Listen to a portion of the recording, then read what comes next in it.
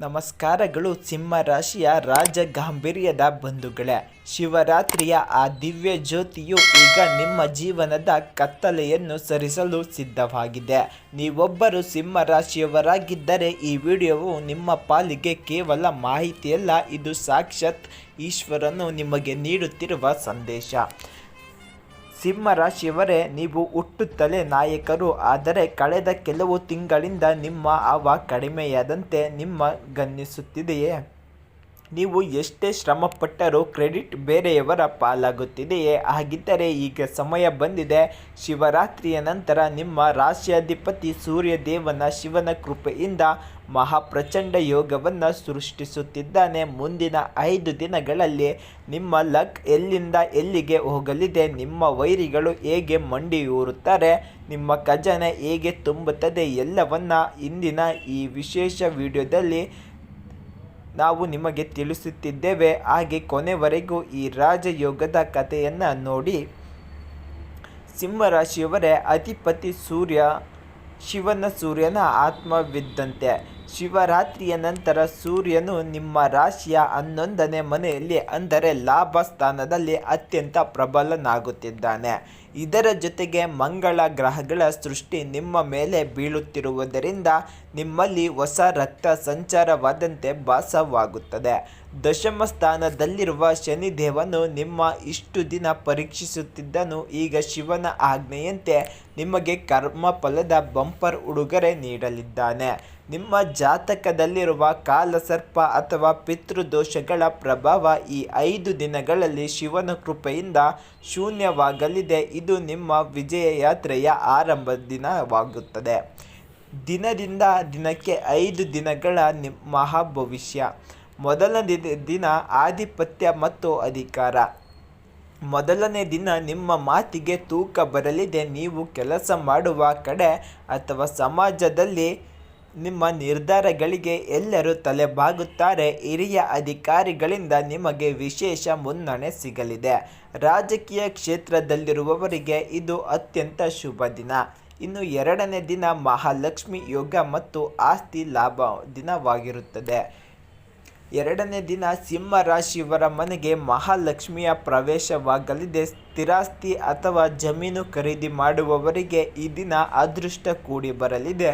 ಹಳೆಯ ಹೂಡಿಕೆಗಳಿಂದ ನಿರೀಕ್ಷೆಗೂ ಮೀರಿದ ಲಾಭ ನಿಮ್ಮ ಕೈ ಸೇರಲಿದೆ. ಇನ್ನು 3ನೇ ದಿನ ಶತ್ರು ಸಂಹಾರ ಮತ್ತು ನ್ಯಾಯ ಜಯ. ನಿಮ್ಮ ವಿರುದ್ಧ ಸಂಚು ರೂಪಿಸುತ್ತಿದ್ದವರಿಗೆ ಈ ದಿನ ಮುಖಭಂಗವಾಗಲಿದೆ. ಕೋರ್ಟ್ ವ್ಯವಹಾರಗಳಲ್ಲಿ ಅಥವಾ ಕಾನೂನು ಹೋರಾಟದಲ್ಲಿ ದೊಡ್ಡ ಯಶಸ್ಸು ಸಿಗಲಿದೆ.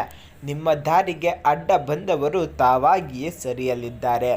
ಇನ್ನು 4ನೇ ದಿನ ವಿದ್ಯಾಭ್ಯಾಸ ಮತ್ತು ಉದ್ಯೋಗ ಭಾಗ್ಯ ದಿನವಾಗಿರುತ್ತದೆ. ವಿದ್ಯಾರ್ಥಿಗಳಿಗೆ ಈ ದಿನ ಏಕಾಗ್ರತೆ ಹೆಚ್ಚಾಗುತ್ತದೆ. ಸ್ಪರ್ಧಾತ್ಮಕ ಪರೀಕ್ಷೆ ಬರೆಯುವವರಿಗೆ ಶುಭ ಯಾತ್ರೆ ಕಾದಿದೆ. ಸಾಫ್ಟ್ವೇರ್ ಅಥವಾ ಟೆಕ್ನಿಕಲ್ ಫೀಲ್ಡ್ನಲ್ಲಿರುವವರಿಗೆ ವಿದೇಶಿ ಕಂಪನಿಗಳಿಂದ ಆಫರ್ ಬರಲಿದೆ. ಇನ್ನು 5ನೇ ದಿನ ಪೂರ್ಣ ಸಿದ್ಧಿ ಮತ್ತು ಸಂಭ್ರಮದ ದಿನವಾಗಿರುತ್ತದೆ. 5ನೇ ದಿನ ನೀವು ಅಂದುಕೊಂಡ ಗುರಿಯನ್ನು ಮುಟ್ಟುತ್ತೀರಾ. ಮನೆಯಲ್ಲಿ ಧಾರ್ಮಿಕ ಕಾರ್ಯಗಳು ನಡೆಯಲಿವೆ. ಈ ದಿನ ನೀವು ಮಾಡುವ ದಾನ ಧರ್ಮಗಳು ನಿಮ್ಮ ಮುಂದಿನ 7 ತಲೆಮಾರಿಗೆ ಪುಣ್ಯ ತರಲಿವೆ. ಹೊಸ ವಾಹನ ಯೋಗ ಕೂಡ ನಿಮಗಿದೆ. ಸಿಂಹ ರಾಶಿಯವರು ಮಾಡಲೇಬಾರದ ತಪ್ಪುಗಳು. ಸಿಂಹದಂತೆ ಗರ್ಜಿಸುವ ಮೊದಲ ಈ ವಿಷಯ ನೆನಪಿನಿಡಿ. ಅತಿಯಾದ ಆತ್ಮವಿಶ್ವಾಸ. ಗೆಲುವು ಸಿಕ್ಕಾಗ ಅಹಂಕಾರ ಪಡಬೇಡಿ. ಅದು ಶಿವನ ಪ್ರಸಾದ ಎಂದು ಭಾವಿಸಿ. ತಂದೆಯೊಂದಿಗೆ ಸಂಬಂಧ. ಸೂರ್ಯ ತಂದೆಯ ಕಾರಕ. ಹಾಗಾಗಿ ನಿಮ್ಮ ತಂದೆಯ ಮನಸ್ಸನ್ನು ನೋಯಿಸಬೇಡಿ. ಅವರ ಆಶೀರ್ವಾದವೇ ನಿಮ್ಮ ಗೆಲುವಿನ ಗುಟ್ಟಾಗಿರಲಿದೆ. ಇನ್ನು ಸಾಲ. ಈ 5 ದಿನ ಯಾರಿಗೂ ಹಣವನ್ನು ಜಾಮೀನಾಗಿ ನೀಡಬೇಡಿ. ಆಗ ಸಾಲವನ್ನು ಕೂಡ ಕೊಡಬೇಡಿ. ನಿಮಗೆ ಅದೃಷ್ಟ ಕೈ ತಪ್ಪುವ ಸಾಧ್ಯತೆ ಕೂಡ ಇದೆ. ನಿಮ್ಮ ಅದೃಷ್ಟದ ವೇಗ ಹೆಚ್ಚಿಸುವ ಈ ಪರಿಹಾರಗಳನ್ನು ತಪ್ಪದೆ ಮಾಡಿ. ಈ ಅದೃಷ್ಟದ ಅಲೆಯನ್ನು ನಿಮ್ಮ ಕಡೆಗೆ ತಿರುಗಿಸಿಕೊಳ್ಳಲು ಈ ಕೆಲಸಗಳನ್ನು ತಪ್ಪದೆ ಮಾಡಲೇಬೇಕು. ಸೂರ್ಯ ನಮಸ್ಕಾರ. ಪ್ರತಿದಿನ ಬೆಳಿಗ್ಗೆ ಸೂರ್ಯನಿಗೆ ತಾಮ್ರದ ಪಾತ್ರೆಯಲ್ಲಿ ಆಜ್ಞೆ ಅರ್ಪಿಸಿ. ಆದಿತ್ಯ ಹೃದಯ ಸ್ತೋತ್ರ. ಈ ದಿನ 5 ದಿನಗಳಲ್ಲಿ ಒಮ್ಮೆಯಾದರೂ ಇದನ್ನು ಪಠಿಸಿ ಅಥವಾ ಕೇಳಿಸಿಕೊಳ್ಳಿ. ಶಿವನಿಗೆ ಕೆಂಪು ಹೂವು, ಶಿವಲಿಂಗಕ್ಕೆ ಕೆಂಪು ಕಣಗಿಲೆ ಅಥವಾ ಬಿಲ್ಪತ್ರೆಯನ್ನು ಅರ್ಪಿಸಿ. ಇನ್ನು ಗೋಸೇವೆ, ಬೆಳಿಗ್ಗೆ ಹಸುವಿಗೆ ಬೆಲ್ಲ ಮತ್ತು ಗೋಧಿ ರೊಟ್ಟಿಯನ್ನು ತಿನ್ನಿಸಿ. ಇದು ನಿಮ್ಮ ಭಾಗ್ಯವನ್ನು ಬೆಳಗುತ್ತದೆ. ಇನ್ನು ಭಾವನಾತ್ಮಕ ಮುಕ್ತಾಯದಲ್ಲಿ ವೀಕ್ಷಕರೇ, ಸಿಂಹ ರಾಶಿಯವರಿಗೆ ಇದು ಕೇವಲ ಸಮಯವಲ್ಲ, ಇದು ನಿಮ್ಮ ಸಾಮ್ರಾಜ್ಯವನ್ನು ಮರಳಿ ಪಡೆಯುವ ಕಾಲ. ಶಿವನ ಮೇಲಿರುವ ನಿಮ್ಮ ಭಕ್ತಿ ಇಂದು ನಿಮ್ಮನ್ನು ಉತ್ತುಂಗಕ್ಕೆ ಏರಿಸಲಿದೆ.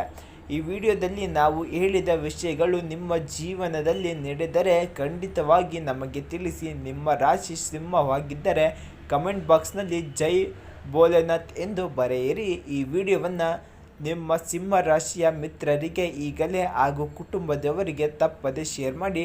ಹಾಗೆ ನಮ್ಮ DTV ಚಾನಲನ್ನು ದಿನನಿತ್ಯದ ಭವಿಷ್ಯಕ್ಕಾಗಿ ಸಬ್ಸ್ಕ್ರೈಬ್ ಮಾಡಿಕೊಂಡಿಲ್ಲ ಅಂದರೆ ಈ ಕೂಡಲೇ ಪಕ್ಕದಲ್ಲಿರುವ ಬೆಲ್ಲೈಕನ್ ಒತ್ತಿ ಸಬ್ಸ್ಕ್ರೈಬ್ ಮಾಡಿಕೊಳ್ಳಿ. ಸರ್ವರಿಗೂ ಆ ಸೂರ್ಯನಾರಾಯಣ ಮತ್ತು ಪರಶಿವನ ಕೃಪೆ ಸದಾ ಇರಲಿ. ಧನ್ಯವಾದಗಳು. ಓಂ ನಮಃ ಶಿವಾಯ.